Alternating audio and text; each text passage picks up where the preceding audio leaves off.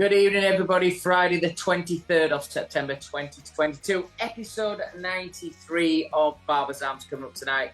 We've got a real international show. This is brought to you by the WAHL cordless detailer for the sharpest lineups and the closest cuts. Head over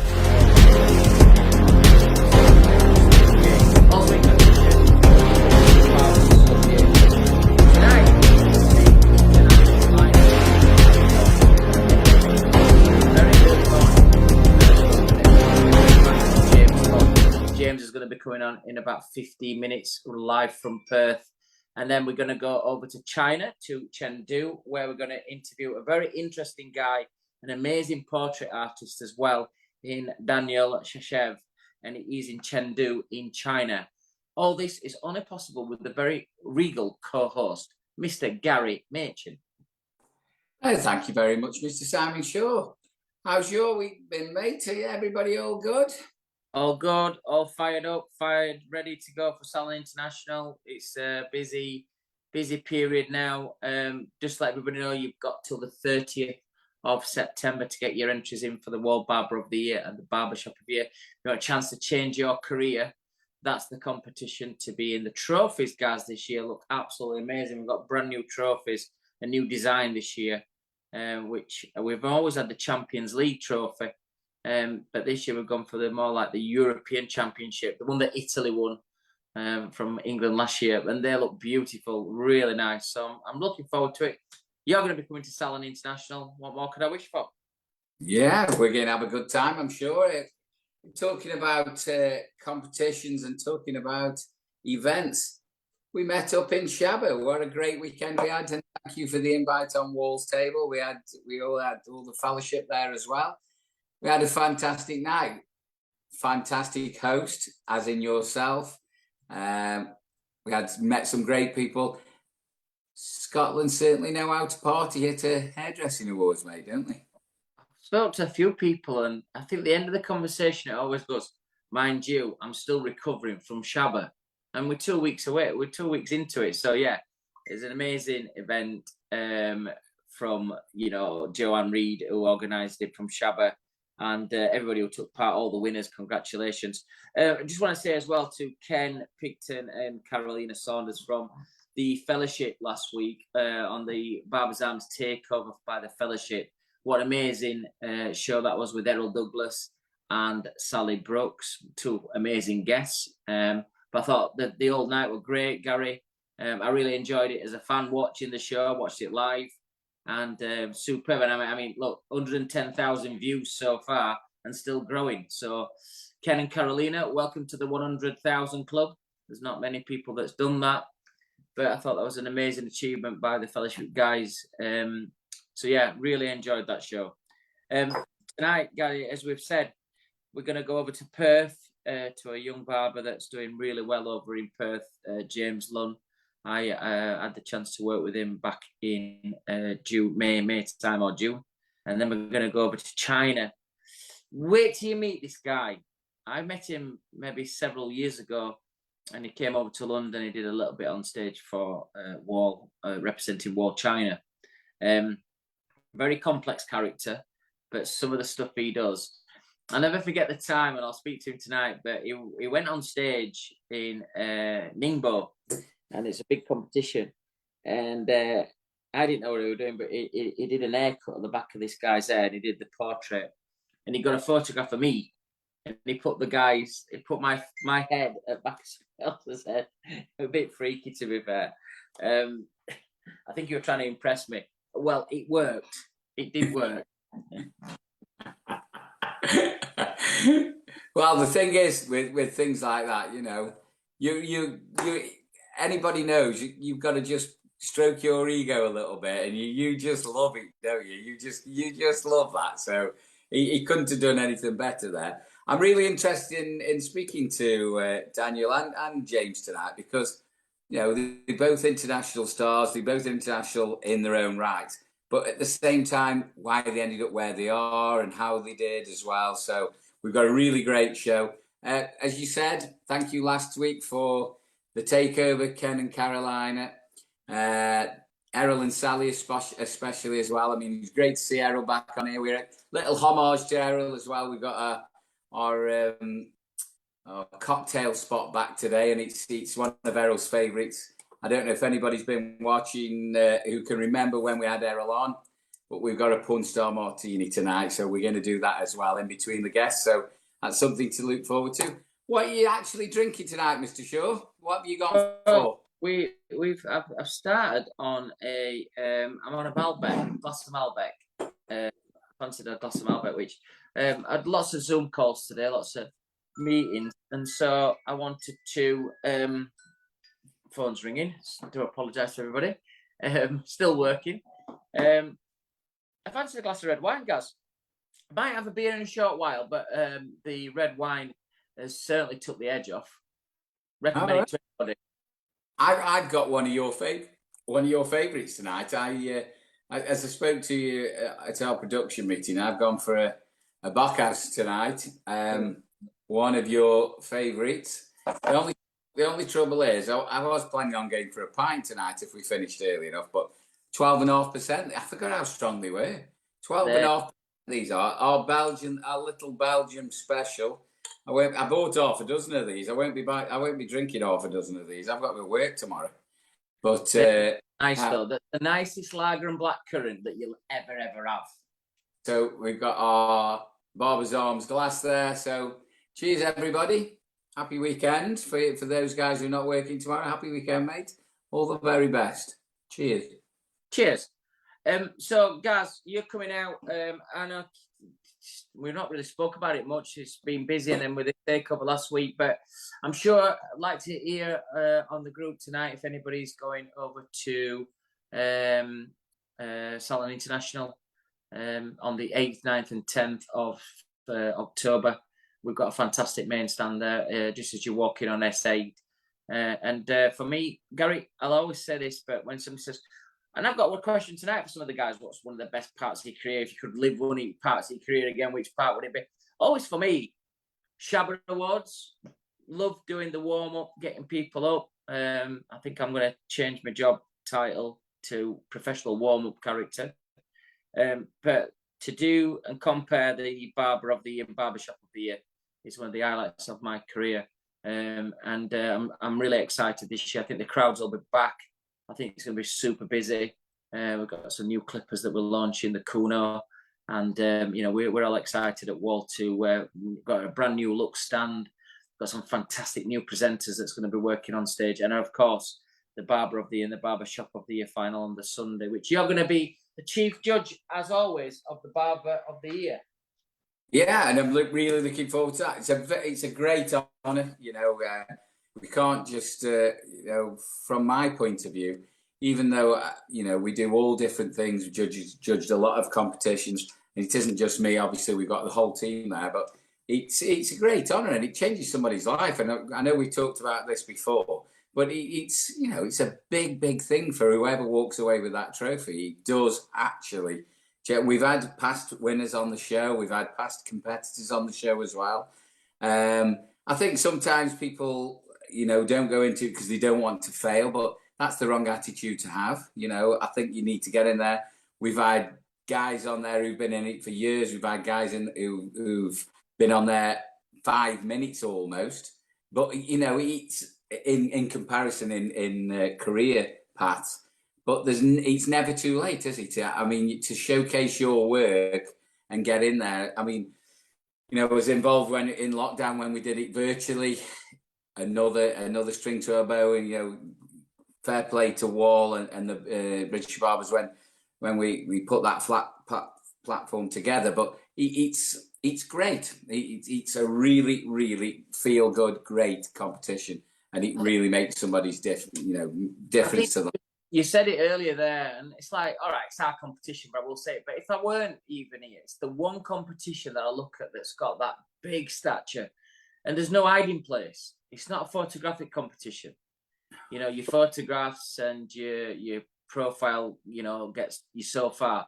When you have to come and work on that stage for 1 hour, doing your model, on front of a live audience, with judges walking around you, You know, I think it's one of those things that the enormity of the task in front of you hits people, and you know the winners are always, you know, so good. Over the years, you know, two people have actually ended up getting contracts. Well, Andrea Raymond and Carl Taylor. So look, really looking forward to it. Super excited. Lots of work up to that, and you know the weekend itself. You know, I'll be hobbling about, picking all comfort footwear. I'm not smart as you. We've got new WAHL merch that we'll be wearing. Some beautiful t-shirts, guys, and jackets that you can purchase at Salon and Arts. But I'm not looking smart as Gaz in his three-piece Matalan suit. Oh, thanks, mate. Just talking about being comfortable. People don't realise when you are on stage or when you're on platform, something like that, and everybody, the lights, the atmosphere, there's so many people around there anyway. My old college boss used to say to me, you know, you don't need the heating on. There's 5 kilowatts per person generated. You know, when you're in that actual environment, you sweat. What was the guy's name who decided to wear the tweed suit on stage? Can you remember? He sweat. We're at Luke Dolan. Luke Dolan. That's it. Bless Luke. him. And he did really well, Luke. You know, and again, a testament to Luke. He's won loads of stuff over the years. You know, he's been through the mill. He's been up and down. And, you know, to get through to the final last year, it does. Even if you get to the final, you hit it on head. Don't think, oh, I'm not good enough. I'm not going to enter. You just never know.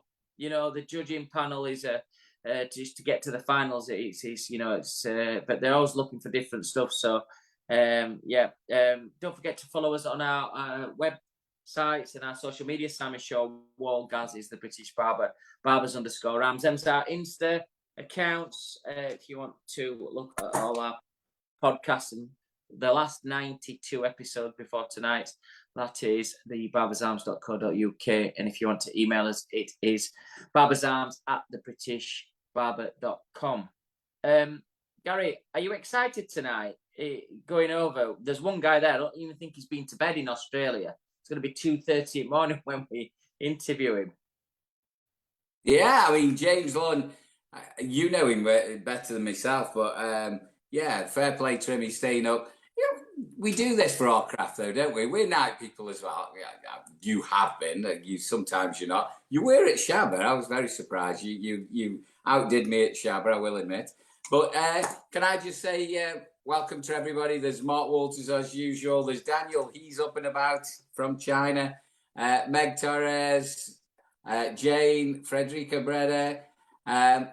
The thing is, you know, we're an international show. We can only see what we're there. So please interact. Anybody who wants to speak to us, ask us any questions, get in there, put it on the feed.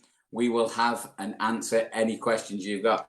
But yeah, you brought it on about Daniel. I'm really interested in Daniel to see how he ended up in China. He's from Bulgaria originally, so that's a bit of a change, isn't it? It's a bit of a lifestyle change. I'm sure there's got to be either a job or a woman or lockdown to do with this. Or I'm not quite sure where. He was there well before lockdown. He's had a life in China for some years, so we'll find out a little bit more and be intriguing to know. I've worked with him as a leader in terms of when I went out to WAHL China to do some training with him on presentation skills, and obviously when he came up to the UK. But I've not seen him since 2019 or 2018. I've not seen him since that. So looking forward to seeing Daniel and Jaymes. It's not long since I've seen Jaymes in Australia. I think the one thing when you travel as well is when you do meet people, and the nice advantage for us on Barbers' Arms is you get a chance to interview them a few months later. So you feel like you know them, you've been in their hometowns or in their countries, and it's nice to like reconnect with people. It's not like you meet them for the first time. So good tonight. What's your plans for this weekend, Gaz? For this weekend or week? Weekend. Well, working tomorrow, obviously. Got full set of clients in tomorrow, working till 5. Out for a curry tomorrow. We're out with some friends that we've known for years and years. Met her, I don't know, 25 years ago. I used to work at, when I first got into teaching Stoke-on-Trent College years and years ago, she looked after me. Oh, titters. So we're out with her husband as well tomorrow. So we're having a curry, a few beers. Always go for a quick pint straight after work. You know me. Don't disappoint. Sunday, usual chores, and then Monday we're back to the grind. Got a funeral on Tuesday. Not so good, but these things happen. I keep turning my head, Gary, to see how England's going on against Italy. I know. Well, I had it on. I had it on mute on my tally right here, but as it was playing, it kept throwing all shit. Rachel goes, "You have to turn that off." So I don't actually know what's going on at the minute. No. Jane from BBA Partners in China. I've just noticed you've joined us as well. Lovely to have you. I don't know what time it is there, Jane, but thank you for getting up if you're up and about. I don't know what time is it in China at the moment. You know your time lines. I think it's probably about 2 o'clock in the morning. All right. So I'm not quite sure at the moment. I know Daniel's. He's right in the centre. I had a look at the map today. I just thought, well, I better look where he is. But he's landlocked. He's right in the middle of the country, isn't he? He's Daniel's there. So I know James is in Perth. So I know where Perth is.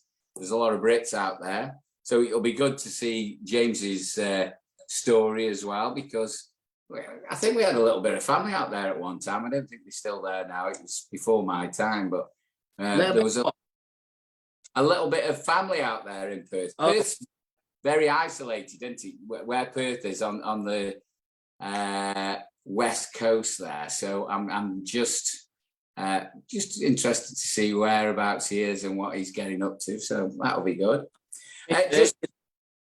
Each what? Sorry, I misheard you then. Why? What did you think I said? I thought you said got a bit of a fanny out there. No. Oh gosh, what's wrong with you? Hey, as if I'd say that with the barmaid watching the show upstairs. I wouldn't say that at all. I'm not that disrespected.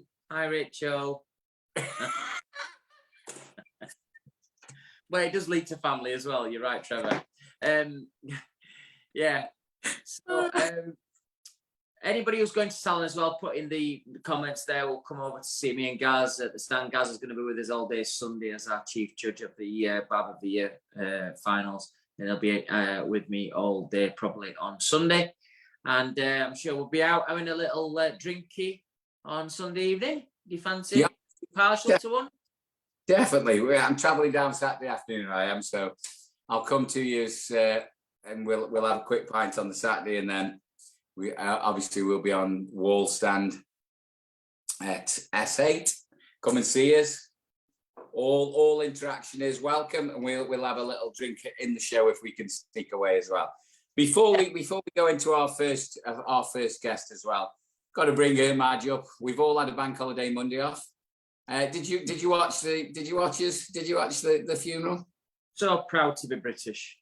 Oh, so British. Absolutely fantastic. It was. I mean, those Coldstream Guards who, the Guards regiment that actually dealt with the whole procession and the guys who were the bearers. I'd like being in a pub with them and buy them a pint. Honestly, they did have the weight of the country on the. Every time they went up and down those steps, no, your arse was in your mouth, wasn't it? It was just do this one. Just get through this one, lads. Just this one. I'll tell you what, I don't know about everybody else watching it, but I was okay watching it up until it panned into the corgis and the pony. That ruined me. Emma. And I am a royalist, I'm very proud, but I just thought, these have been planning as we do as a country. When we do things, we do it right. The planning that's gone into that, the rehearsals that's gone into that, the years of planning that's gone into it, which is not a nice thing because nobody plans the funeral for years, but it's the royal family, and it just shows that we thank her for everything that she's done, and everything that just happened on that day. I just think it just typified a monarch. Just like everything she's done has been absolutely spot on. She's guided and been head of our state for 70 years. And Charlie has got a big job on his hands too, and I'm sure he will. His speech was fantastic, and I'm sure he will. But on Monday, it was just one of those periods of time where we're like a normal bank holiday because it was fetched upon us through these circumstances. But I was very proud to be very proud. Yeah, I totally agree. And, you know, what a job they did. You know, I know the family's brought up to show no emotion and to carry on regardless and everything else. But can you imagine burying your mum and you've got to do that? Most people, I mean, I haven't actually had to do that. Yeah, I haven't lost anybody that close to me.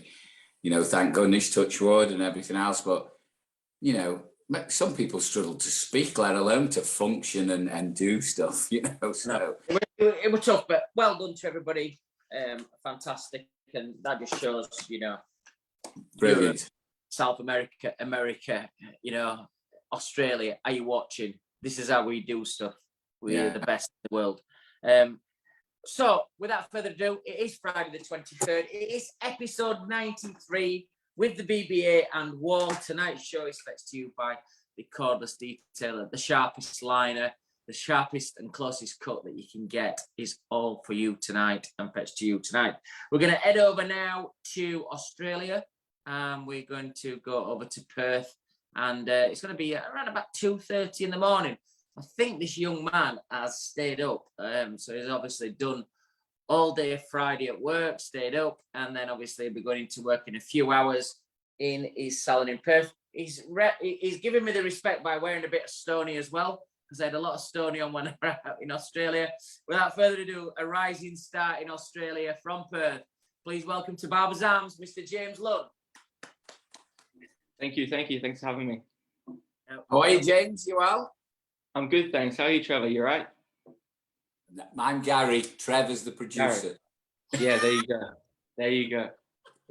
No, it's fine, mate. Trevor's got considerably darker hair and he talks with an Australian accent, so he's bit of respect there from the producer. He's got it. He's loving that. He'll absolutely love that anyway. It's still early. It's only 3:20 here, so we're all right. We're good, doing good. 3:20 a.m. Yeah, 3:20 a.m. Have you been asleep yet? I have, yeah. Hence the morning face, but we're doing all right. Had a cold shower, so I feel fresh. Had to chuck on some Stony for you as well. You've hit a few brownie points putting that top on, mate. Anyway, with him, he's all about the Stony, he is, I tell you. I thought he might have it on himself, but not today. Well, I've got my Barbers Arms top on tonight, the nice pink version of it, which is nice. But James, it's great for you to be here, and you're one of the very few people that's actually seen Barbers Arms behind the scenes when we've been filming these shows. You actually was live in an audience in Brisbane when we did it in Brisbane. Great week that I had with you. I really enjoyed the time that I spent with you guys. I know you smashed it out of the park on the launch of the Legend. Did you have a good week? Did you enjoy it? Yeah, I think that I think to compress on that week, like obviously it's been about 6 or 7 weeks post that now, but yeah, going back to that week, it was just incredible. I think like that bond that we got together and the things that we learned in that week as well was just insane. I felt you went in like as an apprentice and you came out as like an experienced kind of professional. So yeah, but like seeing the behind the scenes of the Barbers Arms was really cool. Obviously fun to be a part of it and see it live in the flesh. So this is the second time you've been on the Barbers Arms, really, because he was at his desk, wasn't he? And we did a little preview when we did the show. So James, it was a bit like hot speed dating, wasn't it? Yeah, we all just jumped on and everybody had a turn, didn't they? It was good. Absolutely. Yeah, absolutely. Not being speed dating, but I'll take your word for it. So James, just for the viewers who didn't see that episode, and we always start off like this with our esteemed guests. Just give everybody a little idea of who you are, what you are, where you are, what you're doing at the moment. Cool. So yeah, I'm James. I'm 25 years old. I'm from Perth, Western Australia. I run my own little private studio here. Consists of 2 chairs. I'm also a part of the WAHL family as well. Just joined as an educator this year. I represent two companies as a brand ambassador. One being the Barbiere Company, representing EVO Hair products and Rusal. And I also work with the London School of Barbering as well as an international brand ambassador for that too. Very good. So are you from Perth? Is that your hometown? Yeah, hometown's Perth. Yeah. So I was just trying to explain to you, it's quite isolated, Perth, isn't it? It's on the west coast. It's quite high up. Absolutely. You get a lot. You got quite a few Brits emigrating to there. Well, you did do. I don't know if they still get it. Yeah, they all live in Joondalup. Really, it's about 30 minutes out of Perth. But yeah, no, it's a beautiful place. It's a beautiful place. So what's your day consist of at the moment? Are you education based or are you shop based at the moment? So I'm doing five days in the shop. Usually, yeah, about 9-10 hours a day roughly, and then obviously on a Mondays Sunday Mondays my days off. But I do usually like a few education sessions on a Monday. So I'll either go out to another barber shop or a salon and host like a short hair educational session, maybe a bit of mentoring and stuff like that. Just depends on kind of what's needed. But yeah, that's kind of my vision at the moment. Working on the shop floor and doing a little bit of education on the side. Nice. So, James, you've seen what happens on Barbers Arms. We're going to ask you some career questions, a little bit about yourself, and then we'll finish off with some quick fire questions just to get a little bit so people around the world can get to know James Lunn a little bit better from Perth. My first question to you is, though, what's the biggest moment of your career so far? Young lad, doing well in Perth. I know you're into your cars. Yeah. What is what you can say so far in your short career? What's the biggest moment of your career so far? Yeah. I think that's a really good question. I'm gonna say the very early days. I think where I was at, when I first got into hair, I was unsure, but I kind of just went full throttle at it. But I think it was actually the chance to go overseas. Yeah, go to the UK, do some school over there, education with the London School of Barbering. I think I was 21, 22, so I was pretty young, not really much life experience or any life lessons or anything like that. Didn't have much money to my name back then, and I remember working like 6 days a week roughly, just hustling in a fashion boutique, trying to save as much money as I could so I could go abroad. But I was there for about two months all up, including a short period of time like in Amsterdam as well, post study celebrations. But I think that would probably take the cake. I think like that was a really big eye opener into obviously the hair industry and life lessons too. I came back and I felt like I was a new person, matured a little bit, only in a short period of time, but I knew that post that experience, I was kind of ready to, go full throttle into barbering and learn more things about myself as well. I mean, I'm not going to lead into the next question, which will be obvious, which is the worst moment, but I'll spin it a little bit here for you. What's the biggest lesson that you've learned so far in your young career? Because there's lots of young barbers like yourself out there who have had big moments, but they will look at the worst time. What's the lesson that you've learned so far on your journey so far? What's the biggest lesson that's kind of like, I'll never do that again. I've got to work this way. I feel like just being complacent. I think like in anything in life, I think when you're complacent, you're not really learning, you're not really willing to grow, or you're not learning along the way. So I think from early days, I knew that, being not complacent was something that you had to kind of be unless in order to kind of reach that top level. And that's something I kind of stand by every day. I mean, you always got long-term visions and short-term goals, but working towards that in a way that's sustainable and efficient as well is kind of something I always go by. Do you know what I mean? Hearing what you've done already, you're 25 years of age.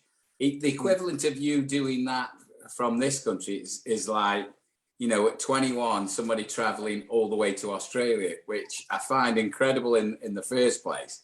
but to know what you want to do as well. You usually find with a lot of young people, and I'm not just saying this, you know, out of sorts, but to know where you want to go and what you want to do as well is quite incredible. And to travel halfway around the world is even more fantastic. But I think it's a great, you know, question from Simon. But you know, where did your passion, or where did it start for you with barbering? Where did you actually go? Where did you start? Did you go straight from school and then you led to going into, or did you just go straight to the UK to learn your trade? So I was a pretty broke uni student at the time, and I remember I had about two jobs, one in fashion, one in like hospitality, and I was just kind of like, I wasn't sure where I wanted to be, and that was at obviously 18, 19, 20 as well. I used to like have a friend who was a hairdresser, and I used to go and actually get my hair cut from her in a salon once a week.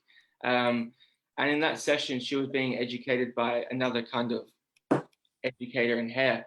I used to like just like taking notes, like visually, just like, you know, try to take as much in as I could, and then I'd go home and try to replicate fading and doing my own haircuts. And I was cutting hair in my bathroom. God forbid my family hated it, but I think that was like a really like I don't know, it kind of sparked my passion. I was like, wow, this is actually cool. And I think that once you're in that hair industry and you're kind of evolving and you're learning every day. So it's just so fueling and like engaging. So yeah, obviously I did that. And then I spent a bit of time doing a bit of workplace learning in a few shops, just kind of, you know, volunteering just to see if I kind of enjoyed it.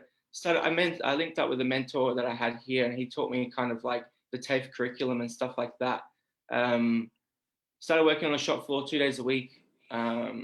Fast forward, that's probably like 8-9 months. Kind of built me up my skill set so I could actually, yeah, obviously, you know, achieve a haircut in say 40 minutes or so. And then from there, it was kind of just friends, family. I was advertising on Facebook and Gumtree and all those things for like models. And then I remember my friend at the time, my good mate, he was like, mate, you should start an Instagram. And then I think the moment I started Instagram, I was obviously exposed to LSB and many other people in the industry, following people that are idolized and all those things. And I think that's when I kind of, I saw the vision, and I guess that from there it's history really, and here we are. Hey, listen, I think you've done really well so far. Great. The next question is, and take me out the equation. Yeah. Pretend you never met me. Who's been the biggest shining light in your career so far? Who's been the one person that, from you starting to where you are now, it's that one person that you think, I'm always looking at him or looking at her, you know, it's that one person who's been your shining light up to your career so far? Yeah, that's a really good question. I think the way that's actually solid. the way the career has gone so far. I did have a mentor for a long time, and things kind of went a bit funny there. So, you know, someone that I do look at nowadays, and over the past few years, like at least over the past 2 years, would actually probably be Rob, Hair by Rob. He's another educator with WAHL. You know, I can go to him for kind of any kind of advice, personal, work related, whatever it is. But you know, I'm always inspired by his posts, his creativity, and just his vision too. You know, and I think obviously being fortunate enough to spend a week with him in Brisbane, and you know, we chat most days, and I think that was to spend that week with someone that you idolize, and you know, not only as a friend but also like a brother as well. I think that was that probably answers the question for sure. Good. What's happening? Obviously, Gaz taking me out of the equation. I'm sure I'm a shining light in his career. After meeting the Simon Shaw, I think I found my answer. Oh God, I mean that's what. Don't talk about me, but it is me, really. But take the notice of him anyway, mate. It's all right. What's happening in Perth at the moment? Then what's happening in the barber industry at the moment? Is it booming? Is it quieter? Is everything going to plan? What's happening in Perth? Yeah. I think now Perth's evolved into this like quite cool, unique industry. I think prior we were kind of a little bit behind. Obviously, we are quite isolated on the West Coast, but you know, I think the youth of the industry is kind of really taking over it, and there's plenty of like really good talent out there. The leaders of the industry, the ones that have been around for 15, 20 years plus, still continue to kind of mentor and guide the younger ones through the ranks. But you know, there's plenty of shops here, and there's plenty of barbers as well. And I think that like the community that we're creating, you know, there's a barber event on the 17th of October. Kind of brings the whole Perth industry together, and we kind of, you know, all cut on stage. WAHL's got a stage as well, so myself and one of my colleagues, Rogan, she'll be cutting on the stage there, kind of representing WAHL. And you know, that's just like, it's an industry event that definitely ties the whole community together. It's a big weekend. It's a big weekend this weekend, and our producer keeps pushing this. It's the AFL final at the moment. Who are you supporting? Absolutely. Look, like not my teams at all, but I'm gonna back in the Geelong Cats. They're a Melbourne team. Is that your team? We'll see in a minute when it comes up. Boo! No. We're getting a boo from the producer. Anyway, James, before we go into some quick fire questions with you, I've been watching a footballer do some podcast stuff, and there's one question I've asked it a few times on Barber's House, but it does really make me think as well. So I'm going to make you really think here on this question: is if you was on a desert island, which 3 people would you want with you on the desert island? Yeah. All right. Good question. I think you've always got to have a friend, right? That's a really good question. Who would I go to? I got a good mate here who's a barber as well. Someone I look up to as a mentor as well. I'd say Travis. Travis, he owns a barber shop called Toxic Barber. You know, he's been there for me quite a lot recently, over the past few years, on a personal level and obviously career level as well. So yeah, he'd be one of 3. I obviously have to take a family member, probably my mum with me as well. You know, she's always looks out for me, washes my clothes, makes me a nice meal. Can't go wrong. So it's got to be mum as well. Geez, you got a friend, you got a family. Who else do you take? Oof, I might take my little brother with me as well. You know, show him the ranks. Got to guide him through as well, just as much as I'm being guided myself. So yeah, that'd be the 3rd for sure. I think if you ask me that, Simon, it'd be, is the beer involved? Yeah. You know, what we're actually doing, and would we have any alone time? So listen, I weren't going to ask you the question because I probably know the answer. It is a tough one because you don't want to alienate people. So for me, it would always be, you'd have to, I'd like the 2-pronged question. One, from a selfish point of view, a really fit bird and 2 ugly mates. And then from a real point of view, it'd be my 2 kids and probably my mum as well, you know, so the most closest people to me in my life. So similar thing what you said about your young brother, you know, I'd want me 2 Brittany and Alex with me and my mum Maggie. But on the flip side, the fittest bird that you could ever get, and then 2 ugly mates who just fetch your beers and clean you and get it all set for you. Why do I say ugly? Just because then the bird would not ever think that the grass is greener. You never know. Absolutely. James, great week we had in Brisbane. What's your favourite part of Australia? You know, you're there in Aussie, you travel a bit in Aussie. What obviously from Perth, but what's the area that, for people who's watching, especially in the UK, what's your favourite part of Australia? Yeah, I'm gonna roll with, like, obviously I love Perth. I think it's a great place, and I think you can really get to where you need to be with a bit of hustle and passion as well. But you know, I spent a bit of time in Melbourne recently. It's a bigger city. It does remind me of the UK quite a lot.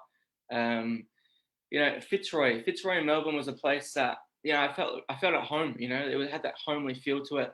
You know, plenty of amazing barbershops. You got places like Brother Wolf, Reed Studio. Those type of studios are just, you know, sensational, and a lot of hard work and obviously passion's gone into that too. But yeah, that's definitely somewhere that I've enjoyed. So that's Fitzroy in Melbourne.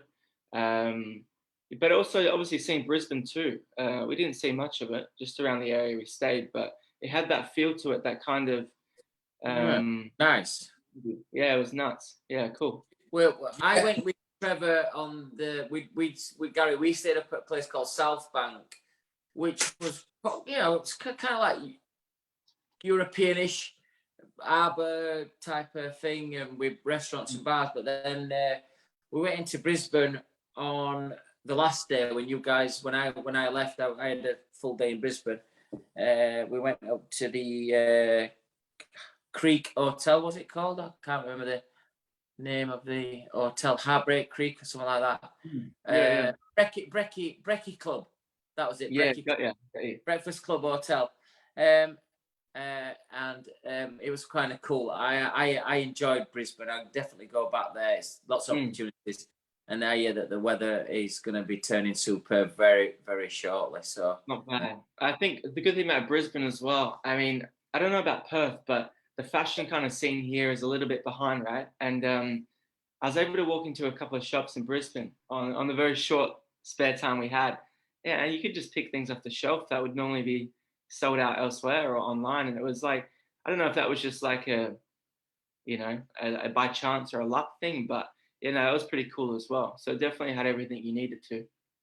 Just to give our viewers an idea of size, and I mean, Australia's huge. People don't realise. How long did it take you, when you go down to Melbourne, how long did it take you on a plane to get from there to Perth?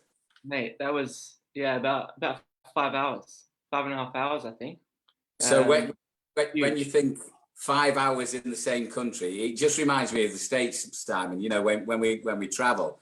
So, you know, you 5 hours on a plane, 5 hours on a plane from the UK, you know, you're Cyprus, you're nearly the Middle East, you're the bottom end of the Mediterranean, and another 2 hours you're in the Middle East.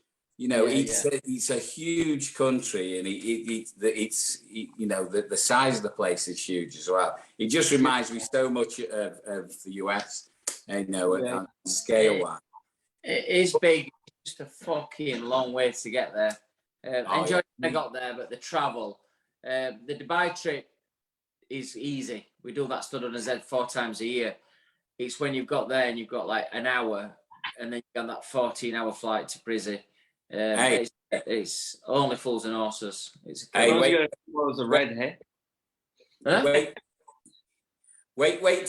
till you go down to the producer. Then you go down to Adelaide in one go.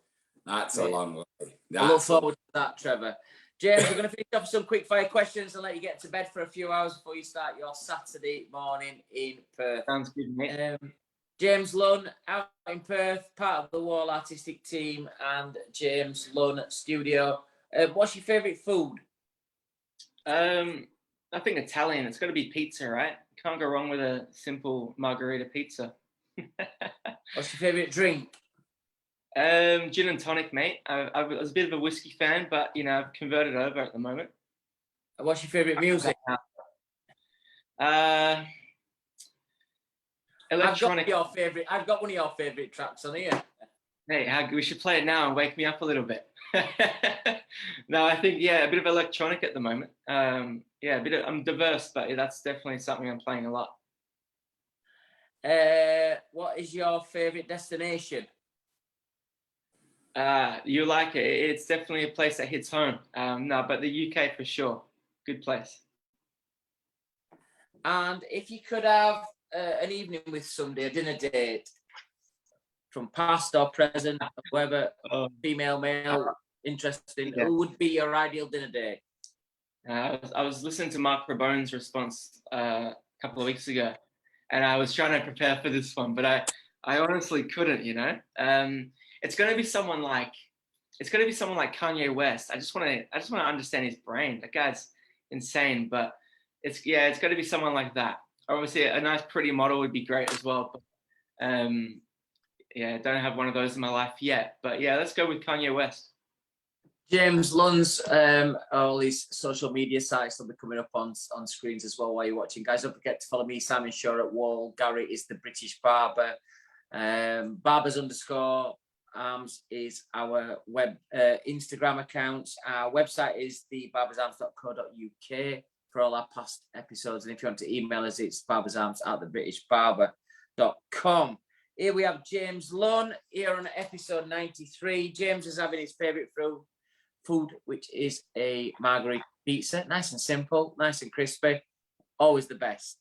He's having his favourite drink, which is a G&T. He's listening to some electronic music, which is his current music choice. He's doing all this in the fantastic UK. We are proud to be British. It is the best country in the world. And he's doing all this with a very electric Kanye West. Jaymes Lunn, thank you for being on Barb's Arms. Thanks for having me, guys. Appreciate it. Thank you very much, James. It's been a pleasure, mate. Get yourself off to bed. Absolutely. I don't trust you getting up and doing a haircut on me in another 3 hours. But straight to work, mate. Straight to work.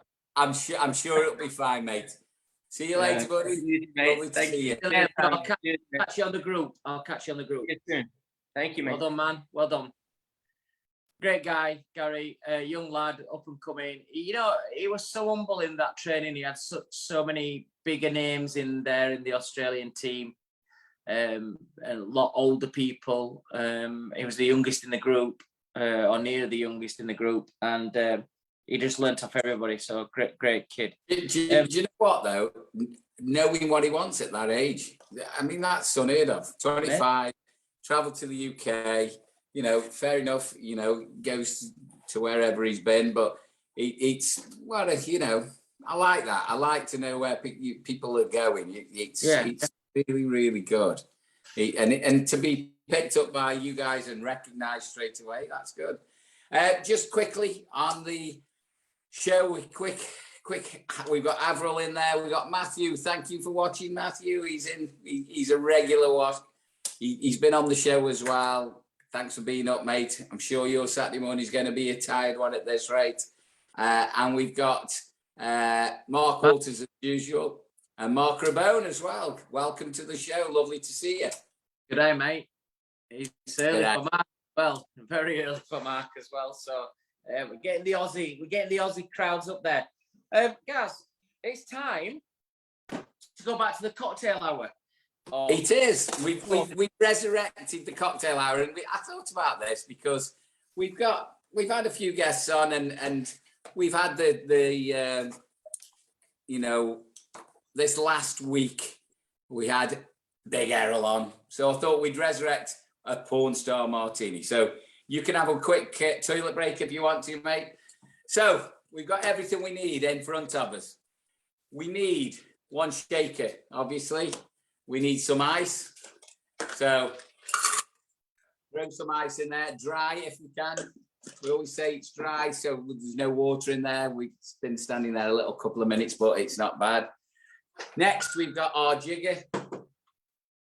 So we've got our 25mm or 50mm jigger. If you're in the States or around the world, if you're using ounces, that's about 1.5 ounces. That's about 3/4. But this is a normal measure in the UK. So that's 25mm, that's 50mm. So we've got some Smirnoff vodka here that I produced, and I've put some vanilla pods in there. Can you see that there? We've had that soaking in there for a little while. In fact, it's been in since last time we did this. So we've produced our own vanilla vodka. So we have 50mm or 1.5 ounces, and you make sure that it's to the very top. Every mixologist always takes it to the very top. So it goes straight in there. So it's straight in. We've got our Pessoa. You can use the Cuva as well if you want to. Make sure you'd obviously rinse this if you were doing it between clients, but we're not tonight. We're doing it for us. So we're doing doubles here. So we got 15mm of Pessoa or 1/2 ounce. So again, straight in there. We've got our passion fruits. Now, our passion fruit, let me just have a look at it. We've got half of it here. So we're going to float that on the top. But also, we've got about 15mm of pureed passion fruit in there that I did from the other half as well. So that goes in straight away. We've got our lime juice. freshly squeezed, of course. There we have it. We have a 15 ml drop of that as well. So when we do that, just little splurge of that. And then we have our simple syrup. We have 15 ml of this as well. I've done this quite a few times, so you can get in there, you know exactly where we're going with these as well. And then we've got our sparkling or our Prosecco, champagne, whatever you want. That's our slider there. Now, this is my favorite. And I'm just going to try that one again. We're going to have our 50 ml slider on the side. Now, we're going to drink that beforehand. So we're going to shake all this up, put our top on. We've got our glass that's been standing with ice in already. So we've got our coupe glass that's standing ready to go. Let's just put that in there. Put our shaker on the top. We're just going to shake this up.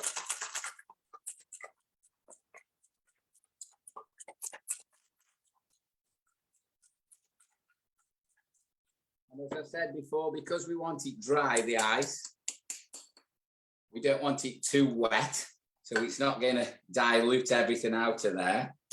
So what we're going to get is we're going to pour this over our sieve, because we've got our little pureed bits and bobs in there as well, and we don't want the ice in there. So that goes in. Throw that over. We can float that on the top. We can use a little fiery burner, and we can burn that off if we want to, and we can drink that as well. So there we have it. Our porn star martini. Fantastic. And chin chin, all the very best. Now, there's no wrong way to do this. What we're supposed to do is eat this first so we can see the passion fruit. So,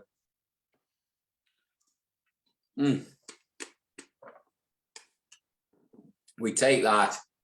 People do tip this in. They drink in one. In one. But you have to do it in one, don't you? Absolutely. Get you some, because in London, I'm not buying them for you. They'll be about 15, 20 quid. Jesus. And then chin chin, everybody, all the very best. And in one. Gotta do it in one, guys. Oh, yes. He's back. Cheers, everybody. Oh, baby. Fantastic. Well, guys, Cocktail Hour's back. That's dedicated to Errol Douglas. Last week, who was a fantastic guest on Barber's Arms for the Fellowship Takeover. 110,000 and still growing. So well done, guys, at the Fellowship. We're now going to head over to China, to Chengdu. And we're going to interview a guy who's so interesting. I met this guy about 6 years ago. He's been on different WAHL stages. He's got a great story. I can't wait to interview him myself and find out a little bit more in depth, because normally when you're busy working and shows, you don't get a chance to speak to him. So I'm like a fan tonight, doing this tonight. So that's going to be really good. So without further ado, I'd like to head over to China on our international show. And we're going to fetch over Daniel Tsachev. Hey, Dan. Nice to see you guys. Hey, guys. Excited to be here. Before we start this interview, I just want to say this guy is probably the world's best portrait artist I've ever seen. He can actually put your head at the back of somebody else's head. He did my head, Gary, on back of a guy's head in Ningbo. It was absolutely amazing. It was like a photograph. Daniel, great to see you, brother. How are you?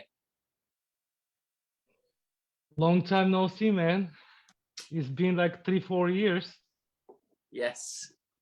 Being good here is something like, what is now, 4 o'clock in the morning. Usually during that time I will sleep, but because of you guys I was partying till now. Come back to the shop. My wife will forgive me because of you.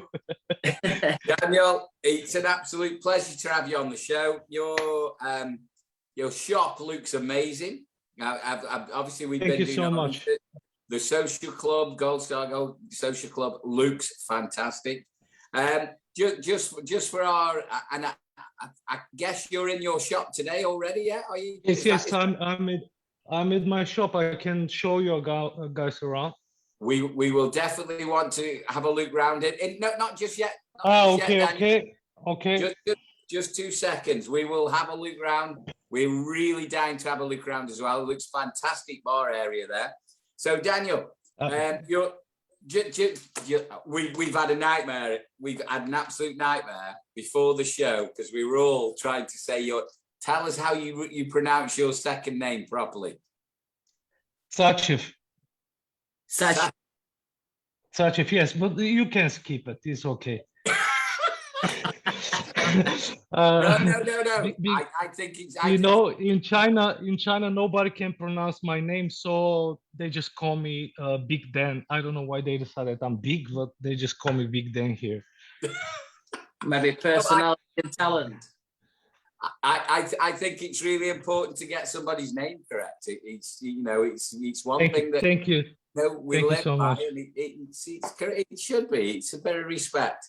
So Dan, just for our viewers out there who don't know you, just give us a quick roundup, a quick bio, 2 minutes of who you are, what you are, where you are, and how you ended up there. Okay, so my name is Daniel Tsachev. I'm 42 years old, cutting hair the last 28 years of my life. And because of the haircuts, I was able to travel around the world. Decided to come 2012 to China with my best friend just for traveling. And I was lucky to meet a beautiful girl, which was my guide in one of the cities and later become my wife. So because of her, I left all my business, friends, family, everything, and come to China 8 years ago. Fantastic. What a story. So you're correct. You're in Chengdu. I'm in Chengdu, Sichuan. This is the biggest city in Sichuan area. Is known by the pandas and spicy food. Sichuan, yeah. I know it now. Yeah. Of Chinese food, Sichuan, yeah. Sichuan food, yeah. It's a beautiful place for people who like to relax, don't like fast pace like a London or New York. This is cities with the fast pace. Chengdu is more like a lazy people. It's not like I'm lazy, but just I end up here. I feel great. Hey Daniel, I use you as an example quite a lot when I do my global presenting course. The story that you told us about your upbringing, and I know you won't mind me doing that because it's an amazing story from where you came from to where you are. I have to say that, you're an amazing talent, an amazing barber, and some of the stuff you do with clippers is like off the scale. Globally, you're one of the best in the world. And I encourage everybody, if you can see Daniel's social media sites coming up on your screens, if you're watching this tonight or tomorrow or whenever you watch Barber's Arms, just take a look at Daniel's work. We're going to ask you some career questions, and then we're going to finish up with some quick fire questions. I'm sure you've seen what Barber's Arms is all about. So my first question to you is, just for everybody globally, coming out of, am I right saying you're Bulgarian? Yes, I'm from Bulgaria, yes, Sofia. So coming out of Bulgaria in 2014? 2012, I came to China for the first time, yes. What's the biggest differences in China compared to everywhere else? What would you say there's a big standout difference? Okay, so I will be truthful and I will tell you, I try to be short and correct as possible. So when I came here 2012, there was 0 barber shops in Chengdu and possibly 3 to 4 barber shops in China. People didn't have no idea how to shave here properly, how to do even the sideburns or shape ups. you go to barber shops, they will use one clipper to do everything, one scissor to do everything. They're just hustlers here. They just like to make money, but didn't have a proper, yeah, it's true, but didn't have a proper education in China. So I was a little bit shocked when I do just a simple haircuts, the people will circle around me and will be wow. And I start feeling uncomfortable, and this is how I decide to do education first. And because of me doing education, I met with Mike Damiano, and this is how I link with WAHL. I used WAHL 17, 18 years already. This was the choice clippers that I was using back in Bulgaria. Here's only one store for clippers in Sofia, was a Moser store, and they were selling Moser clippers or WAHL. And this was my choice. And next to my class was Mike's class, was the first class in China, if I'm not mistaken, first WAHL class. And we end up talking on the lunch break with him, and he connected me with the manager of WAHL China. Was not created team back then. And we have talked, and they invite me for some barber battle to be their judge, and we create WAHL China. It was awesome. So basically, in China, 2012 situation was pretty bad. Now, currently in Chengdu has 5,000 barbershop registered. 5,000. Wow, that's amazing. And you've got to put yourself down for, like, you know, you've got to take some credit for that, for what you've done there and how you've set the standard there. You've got to take some credit for that. So I guess I inspire a lot of people. I have maybe 10,000 students already in China, and I become popular in China because of my education. Of course, they like the designs and the haircuts and everything, but here the social media is much more powerful than in Europe or America. Here, you guys use TikTok here. The TikTok is a Chinese company, actually. They call it here Douyin. And average per day, I make 2 to 4 million views for just a 10 seconds video. Wow. No. Here is just, yeah, here is just massive. Like I stopped using Instagram or Facebook because, you know, here is just the social media is massive. It's crazy. And when you put a video, just the students are coming just according to 10 seconds video, they are going crazy. I want to learn this, I want to learn that. The thing is there, Daniel, as well, I mean, the numbers of people in China obviously are huge. So my city is 20 million people. Yeah. Wow, that's massive. So what took you to Chengdu then? Before you met your wife, before you realized why Chengdu? So if I should be honest, I was following my best friend who is he liked to travel around the world. So I was like, you know what? I'm a Bruce Lee fan since childhood. I want to visit Asia. Let's go to China. And I was like, whatever you want to go, we go. So one of his choices was Chengdu because of the panda, because of the architecture here is very beautiful, and he likes spicy food and like drinking. So that's why we came up in Chengdu. And this is how I met my wife. And you know, I says whatever your heart is your house. So it doesn't matter where I'm in the world, you know, like if you are with the people that you love, you know, I can work what I do everywhere in the world. So I was not afraid to try, you know, it's okay to fail. That is a classic. That is, mate. That is absolute classic. Fantastic. Yeah, Dan, you're very famous for doing portraits in back of people's heads and drawing and stenciling and that kind of stuff.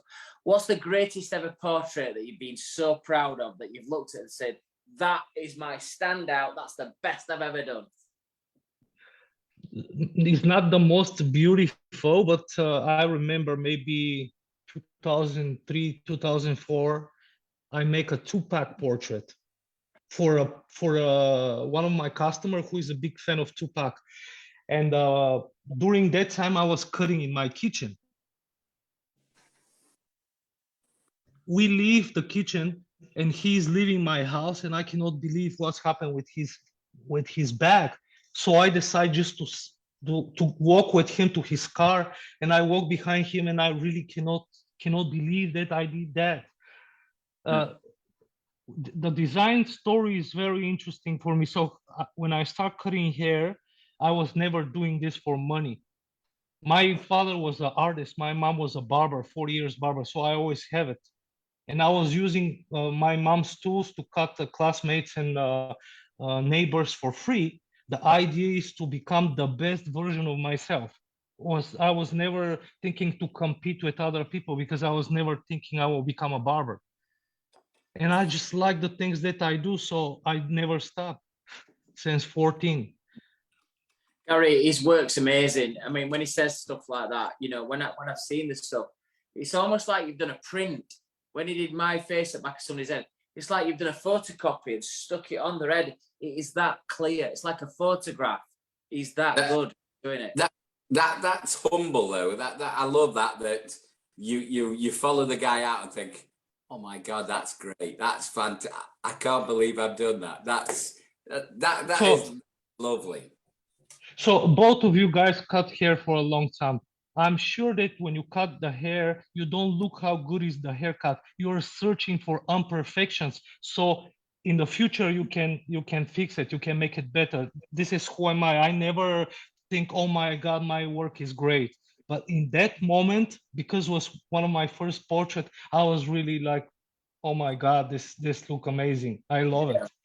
I think we all do that in a way, because it's the way that the reason we still do our job, because you want to make people look good and feel great, and but when you turn somebody's life around, and when you do something that looks absolutely fantastic, and you watch it when you go out the shop, and you actually watch the haircut going out, you think, God, that's fantastic. This is more precious than money. This is more precious than money. I agree. To see the satisfaction of the customers.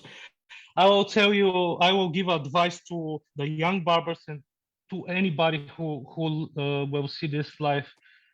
When I cut people's hair, I imagine that this is my head. And I believe this is the right way to succeed. Because if you think about your customer as a wallet, it's not going to work. But if you think as a customer, this is my head, I want my head to look amazing, not to look amazing just today, in the next 20 days, for sure you're going to succeed.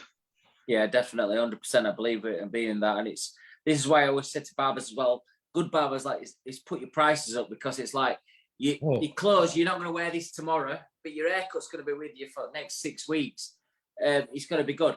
Daniel, if I could ask you to relive any part of your career that you look back when you're driving a car, or you're daydreaming, or you've got a quiet moment, which part of your career do you like to look back with such fantastic memories that you like to relive it in your head? Which part of your career do you like to relive? Okay, so I will tell you the beginning is very short.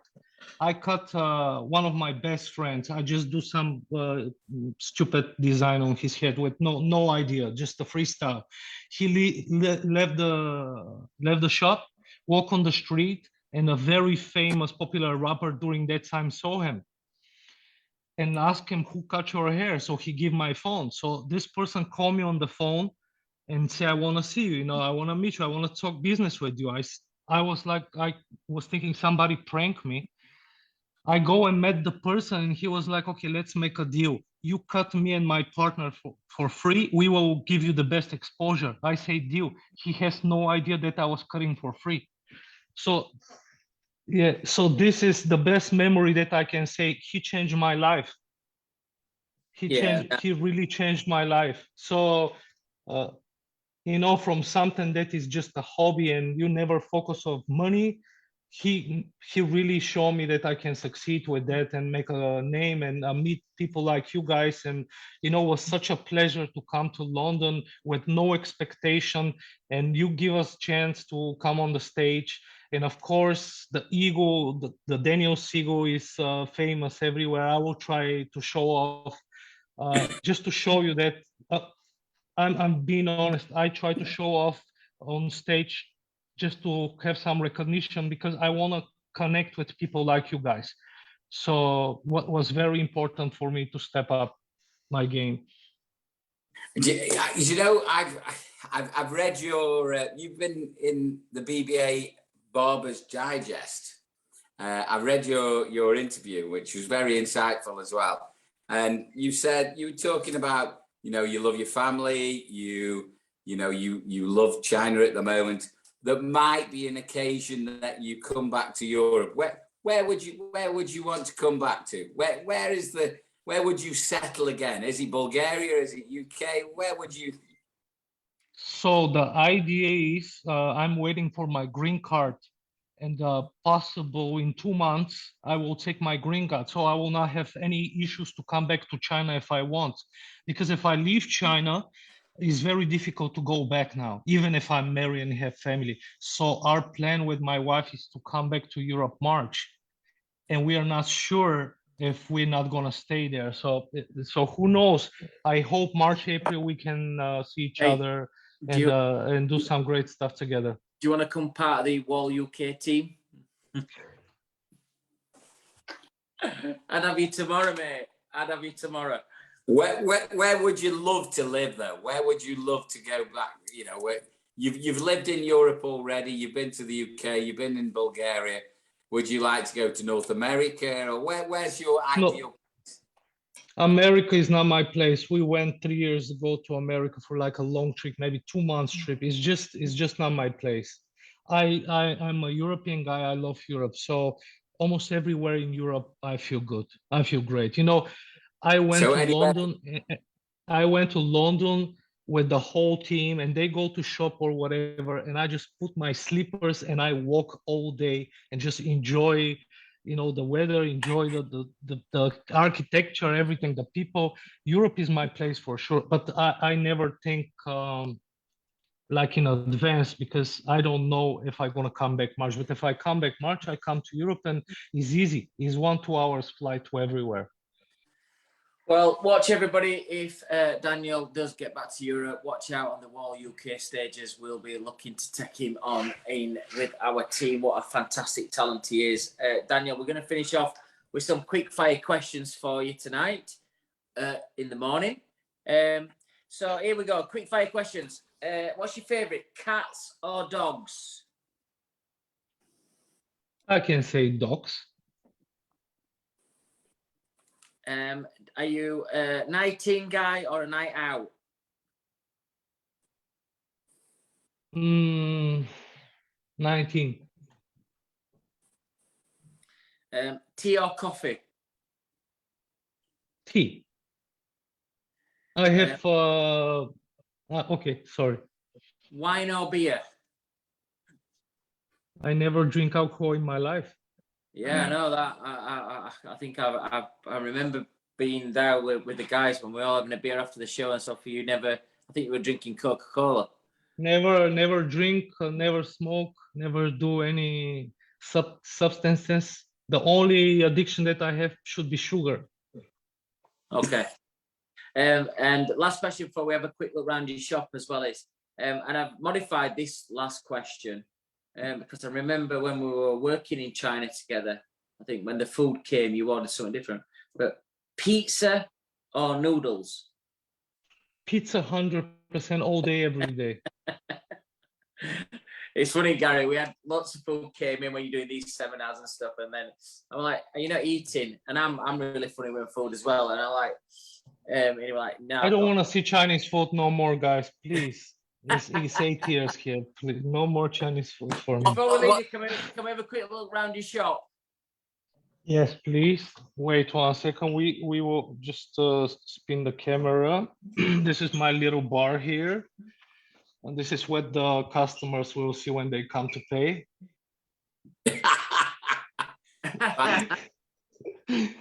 Okay.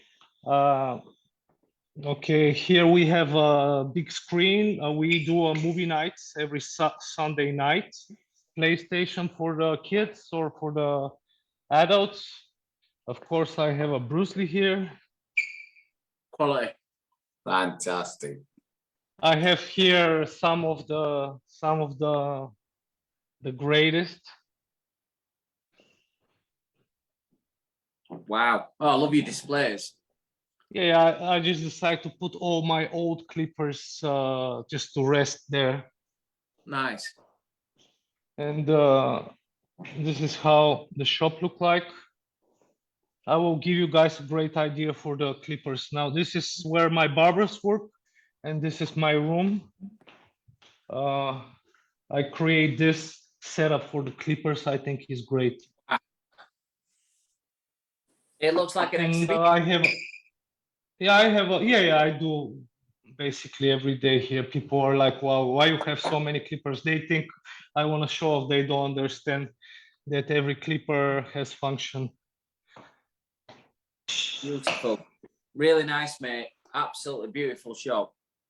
I knew it would be. Thank you so much, sir. I know you're a perfectionist, and I know that your standard is so high, and you can see that with the shop there. Really nice, mate. Well, look, it's my baby. Go on, sorry. I'm sorry. You go. When we create this shop, I decided to create something that I enjoy. It was not the idea to create a classical barber shop or salon or whatever. I just want to create a place that I will not feel rushing to leave after my clients, and I can stay 4 in the morning in my shop alone. Well, we'll put you through them tests on Barbers' Arms with the time difference. Mate, it's great to speak to you. Long time no speak. You're a fantastic talent. Fantastic on stage. Gary, you don't even need to speak. The way it works, it's like fast, it's quick. There's air flying off everywhere. And the finished results are like the best. He's a fantastic talent. He's one of the best barbers in the world, one of the best presenters in the world in my eyes. We're proud to have him on WAHL. And when you're ready to go back to Europe, you need to speak to me to make sure I can fit you in some of those big teams in Europe as well. Daniel, great to meet you tonight again, mate, and great to interview you. Thanks for being on Barbers' Arms, and try and get a few hours if you can before, but hopefully not long before we see each other in the next 12 months. Hopefully we can cross the paths and we can work together again. For sure. Wonderful night, guys, and thank you for having me, and hope to see you soon, guys. Daniel, it's been an absolute pleasure. Hopefully you're still next time. Hopefully when the BBA comes over to China, you will still be there. If not, we will cross. I will come back. I will come back especially for that.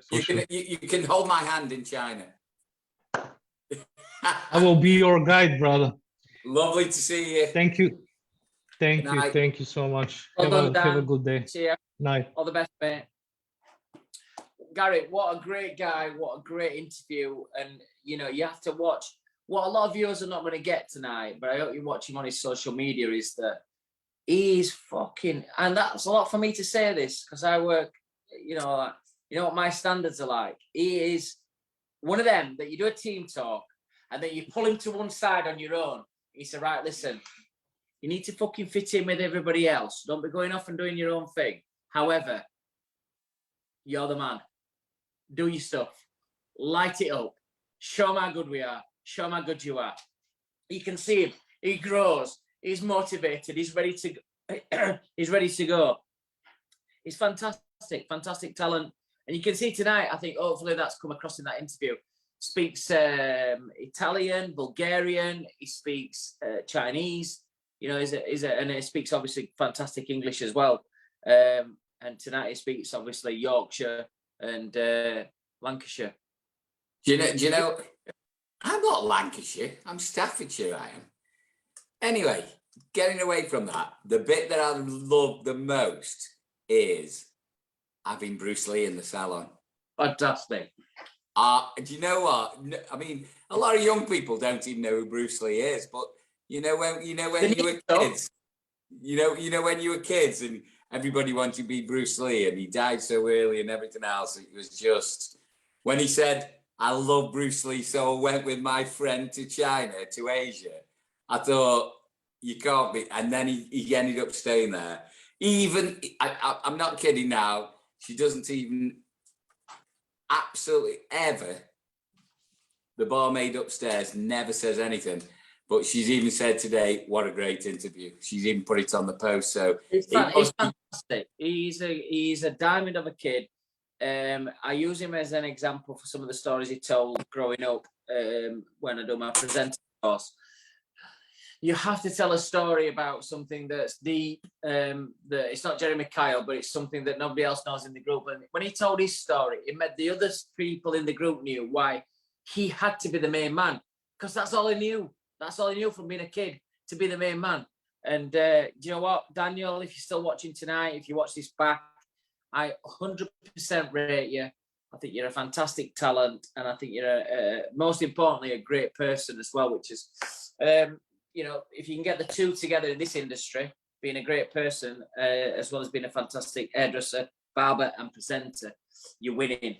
Gary, mixed week this week. I want to say to everybody, there will be Barbers Arms from now till 8th of November. I'm going to be traveling now from Salon up to the Boots Conference, then over to Bangkok, and then Dubai, finishing my last 2 trips abroad this year. And I'll be back on your screens round about the 12th, 13th, 14th of November. I know Gaz will be hosting a show in between that you see on our social posts when the next shows are going to be up.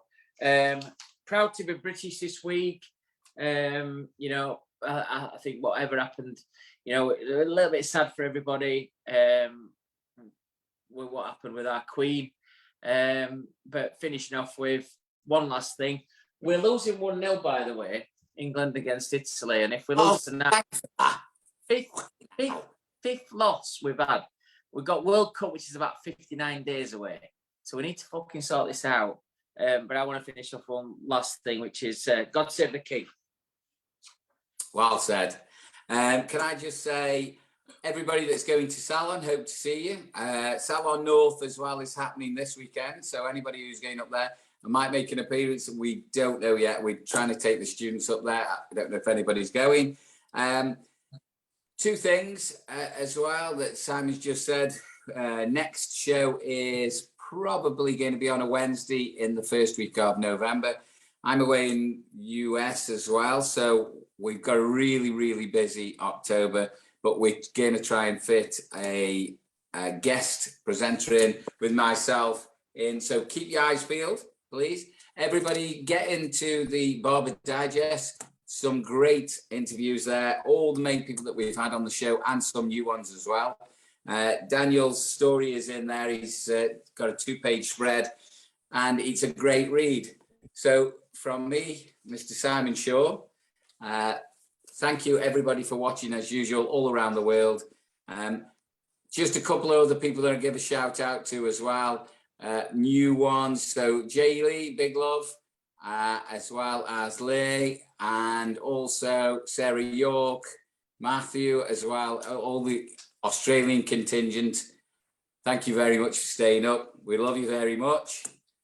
Thank you, and God bless. And we'll see you on the next show. Have a great weekend, everybody. All the best. See you later.